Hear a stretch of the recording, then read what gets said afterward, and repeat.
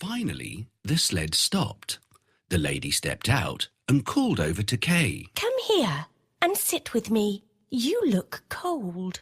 I'll wrap you in my bearskin. She wrapped Kay and kissed him on the forehead. The kiss was colder than ice, and it went all the way to his frozen heart. As the sled took off again, the Snow Queen kissed him once more. Kay forgot his grandma, parents, and Gerda. He cuddled up near the Snow Queen's feet and slept.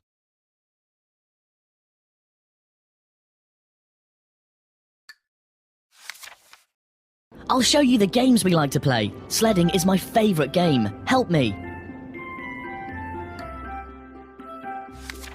Did you ever wonder what happened to Gerda after Kay went missing? Gerda waited and waited by the gate, but Kay did not come back.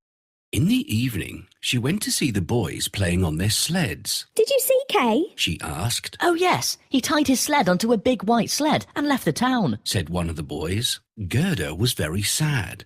She waited and waited for Kay right through until spring. I wonder where Kay is. I hope he's safe, she thought one day. Don't worry. He's safe. The warm sunshine spoke softly. But Kay has gone forever. She wept. No, that's not true. The swallows sang. Somehow, Gerda felt better after that. She wondered what she ought to do. She went home and put on her favourite red shoes.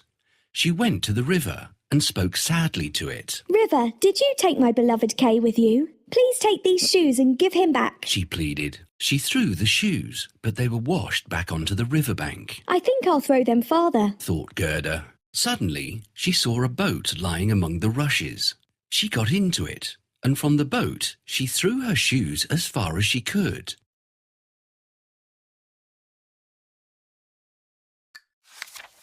The boat rocked and began to drift away from the shore.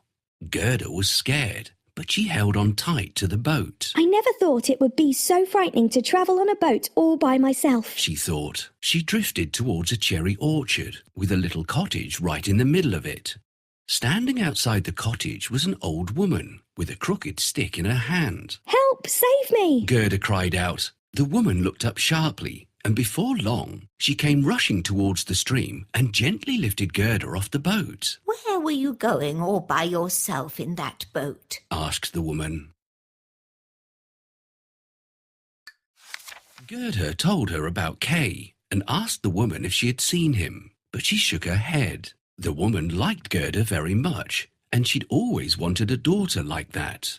She knew a bit of witchcraft, though she was a nice and harmless woman. All she wanted was to have Gerda live with her. I'm sure the rose bushes in my garden will remind this little girl of her home and her friends, thought the woman. I'll use a bit of magic to hide them. She waved her crooked stick over the rose bushes, and they sunk into the ground.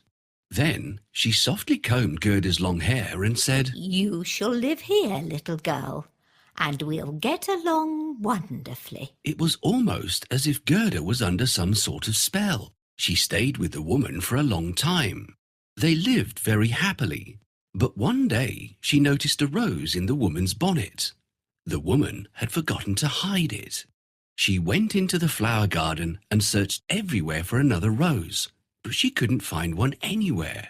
Slowly, Gerda sat down on the ground. Oh, not a single rose can I see here, Gerda cried out. The hot tears from her eyes splashed on the earth, and immediately all the rose bushes pushed their way out of the ground. The moment she set eyes on the roses, all her memories of Kay came rushing back.